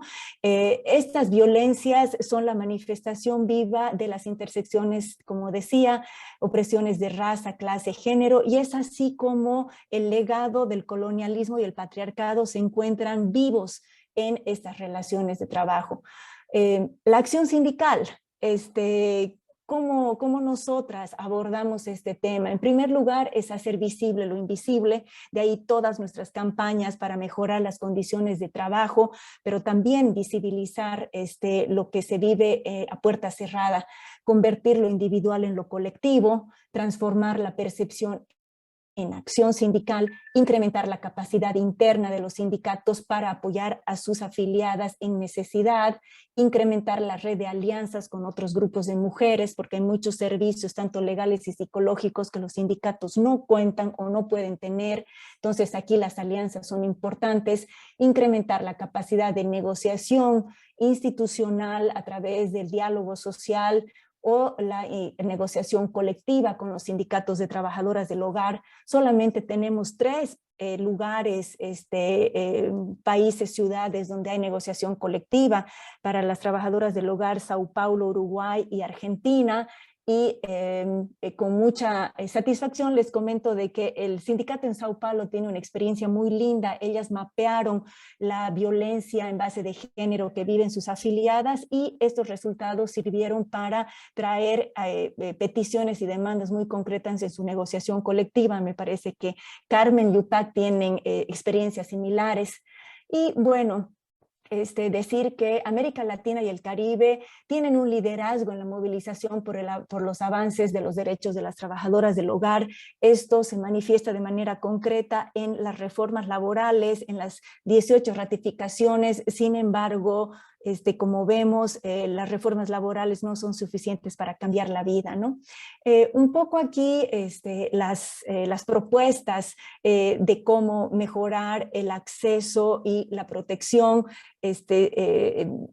Gisela ya lo dijo, entonces voy a ir muy rápido, es poner a disposición líneas telefónicas nacionales de asistencia, sistemas de visitas antes de la colocación en los hogares que emplearán a trabajadoras migrantes, Red Nacional de Alojamientos de Urgencias. Algunos de los sindicatos cuentan con algunos lugares donde puedan acoger a las compañeras huyendo de violencia, sensibilizar, por supuesto, a los empleadores, asegurar que las trabajadoras migrantes puedan recurrir a los mecanismos de queja, servicios públicos de asistencia, que informe a las trabajadoras en sus diferentes idiomas sobre sus derechos y mecanismos de queja, y sobre todo asegurarnos de que las quejas desemboquen desemboquen en algo concreto. No hay, como decían en el estudio, hay un descreimiento de la capacidad de la autoridad de realmente terminar con la impunidad, ¿no? Y por supuesto también apoyar a las trabajadoras y que los empleadores tengan el entendimiento de darles días y horas, permisos laborales para que ellas puedan lidiar con los trámites de queja y de denuncia cuando han sufrido un tema de violencia. Bueno, un poco así, apresurado, creo que eso es todo por mi parte y quisiera dar pues el paso a Andrea. Muchas gracias, Adriana. Gracias y perdón por el apuro. La verdad que la presentación estuvo buenísima y la información es muy valiosa. Ahora ya pasamos a la última presentación, ahora sí, de Andrea Morales, presidenta de FETRADOMOV e impulsora de Citado Trans, Sindicato de Mujeres Trans Trabajadoras del Hogar de Nicaragua. Así que adelante, Andrea, y muchas gracias por estar hoy con nosotras.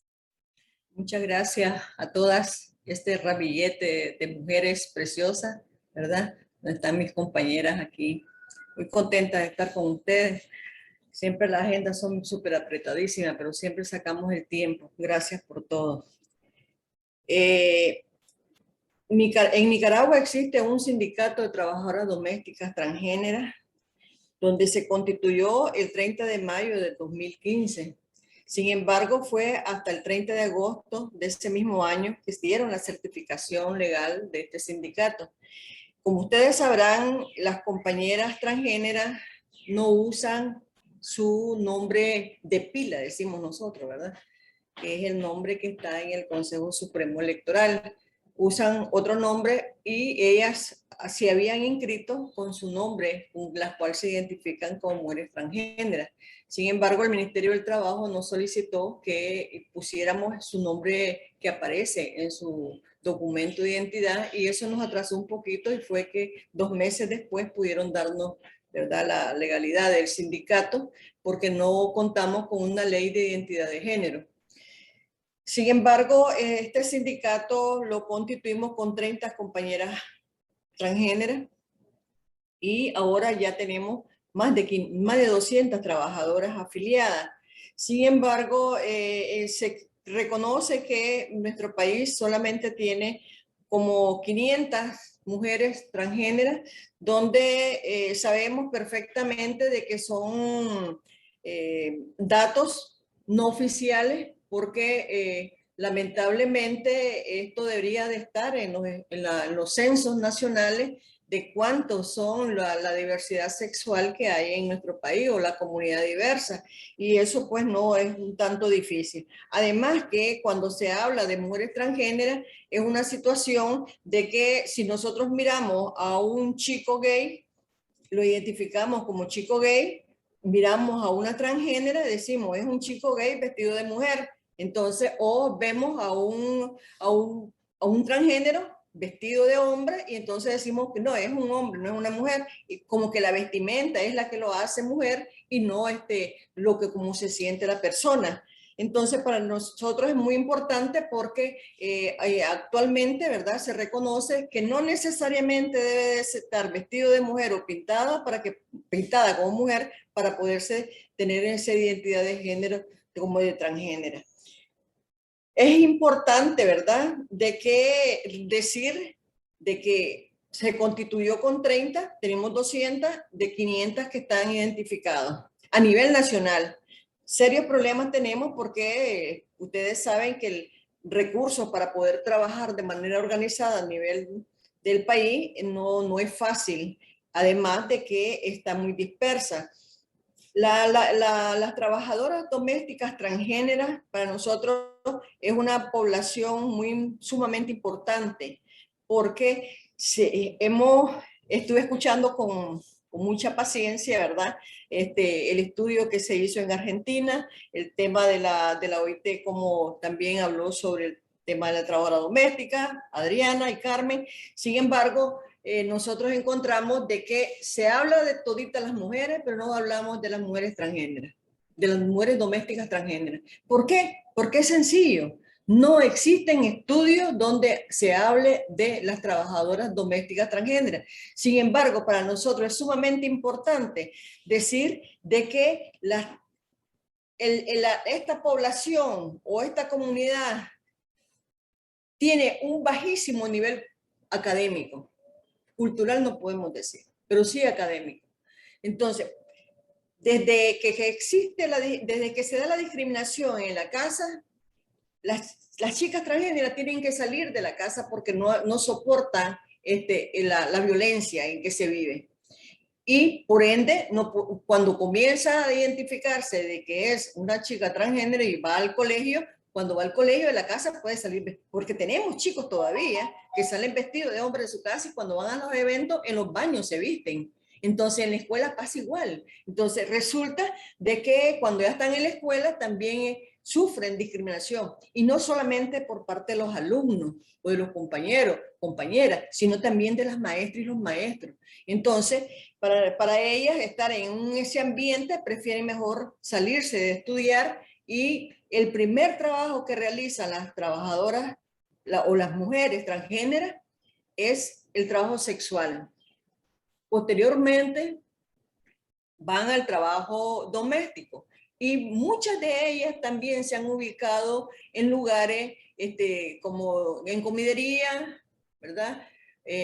No en restaurantes, porque decimos que es otro nivel, ¿verdad?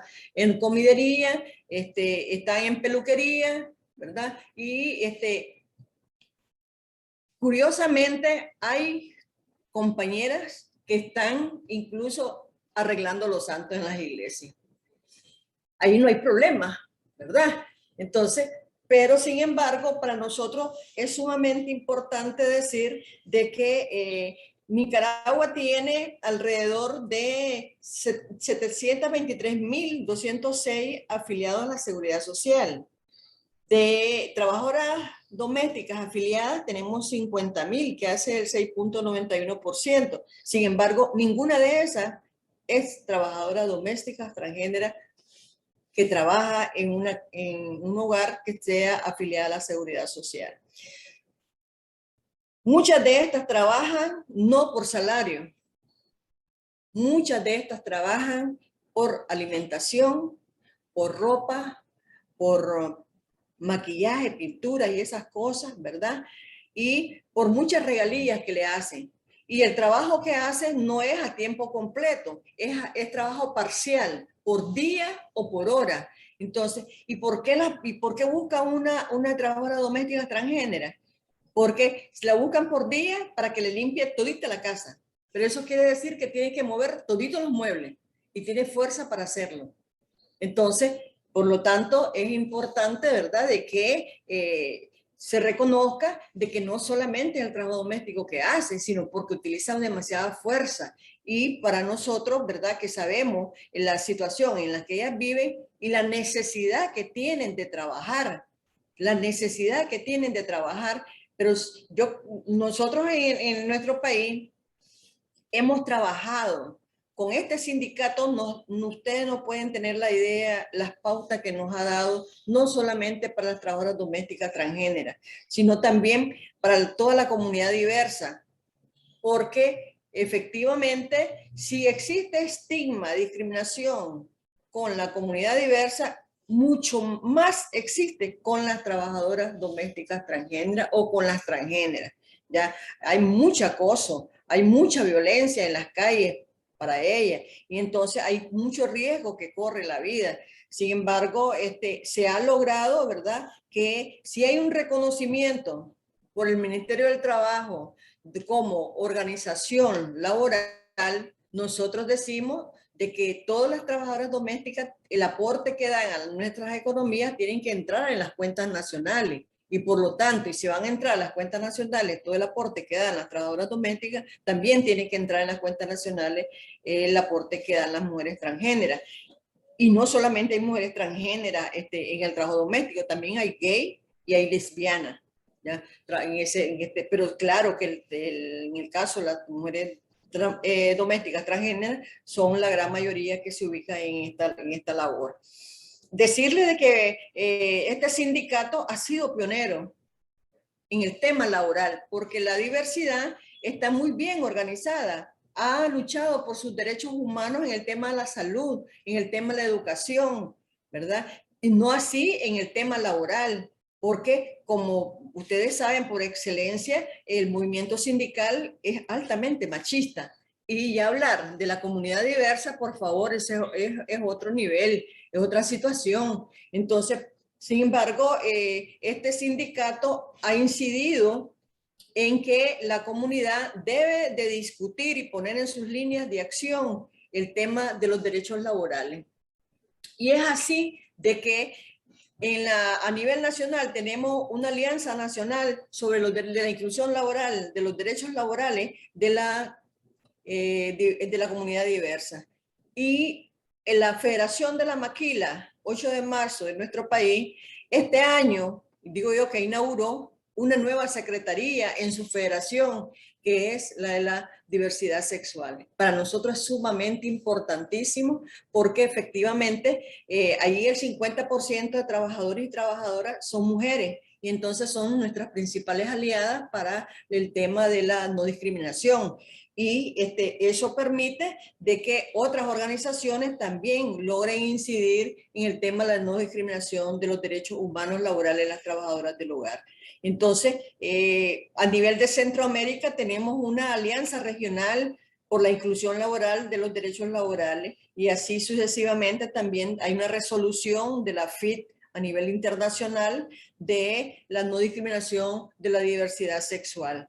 Entonces, todo este recorrido de trabajo que hay para nosotros es sumamente importante porque está basado en el convenio 189, que en el tema de la no discriminación, y está basado en el convenio 190, que fue un gran lío en el caso de la OIT a la hora de hablar de los sectores más vulnerables de los trabajadores.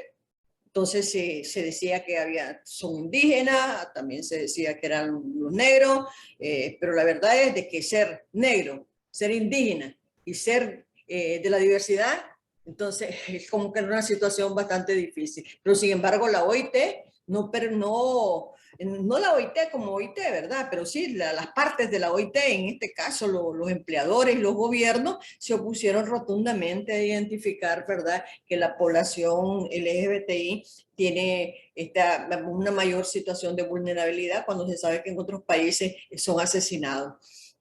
Entonces, para el sindicato, su principal tema de trabajo es el tema de la inclusión laboral, del respeto de los derechos humanos laborales de la diversidad.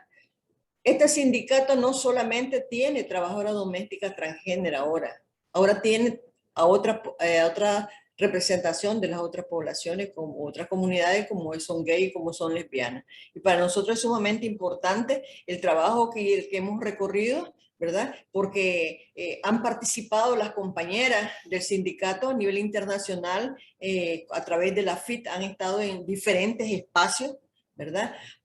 Han participado igual en una escuela pionera que tenemos a nivel de la región de América Latina sobre la participación, sobre el liderazgo de las mujeres, el crecimiento personal, y también ahí hayan participado compañeras transgéneras en nuestro sindicato y decirles de que no son adornos en nuestra organización, son compañeras tomadoras de decisión.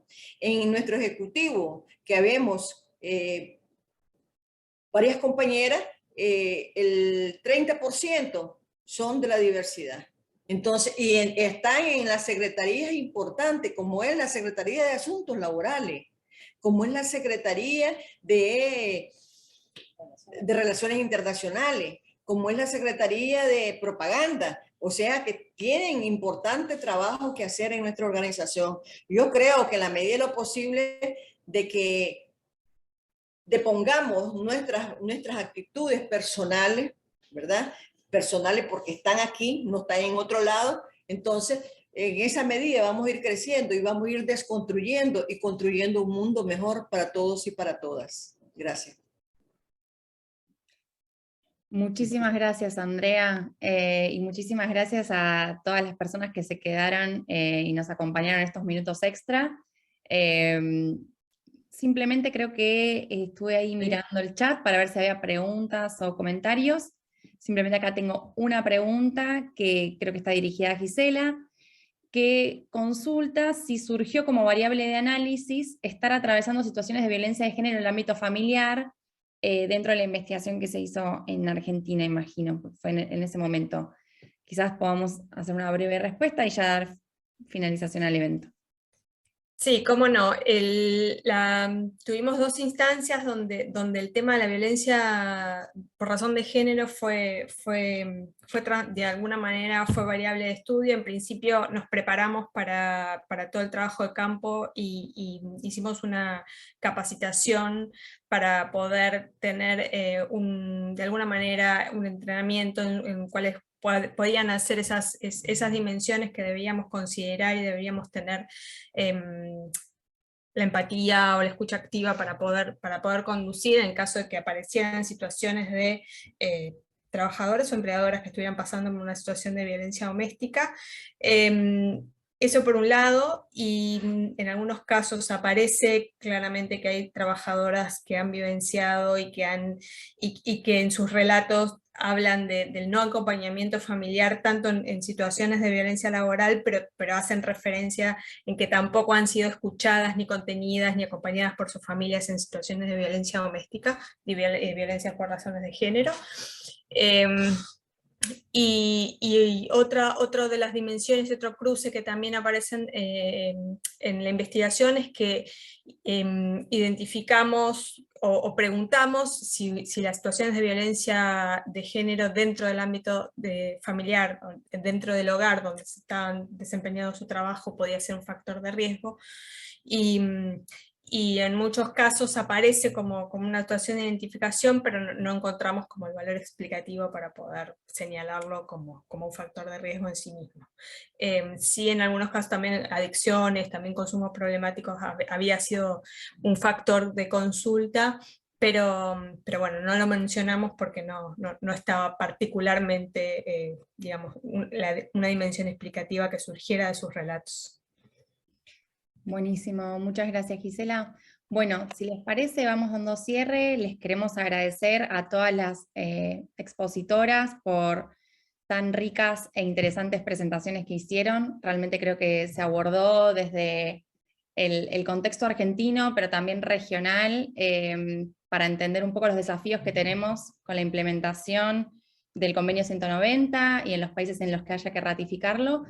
Pero también me parece que lo importante del evento ha sido poder identificar factores de riesgo, factores de protección y pensar un poco hacia dónde tenemos que dirigir la incidencia en términos de políticas públicas. Ahí creo que tanto Gisela, Carmen, Adriana y Andrea y Elba han dado pistas súper precisas sobre para dónde seguir trabajando. Así que les agradecemos a quienes nos acompañaron durante la jornada. Seguimos en contacto y bueno, muy buenas tardes para todas y todos.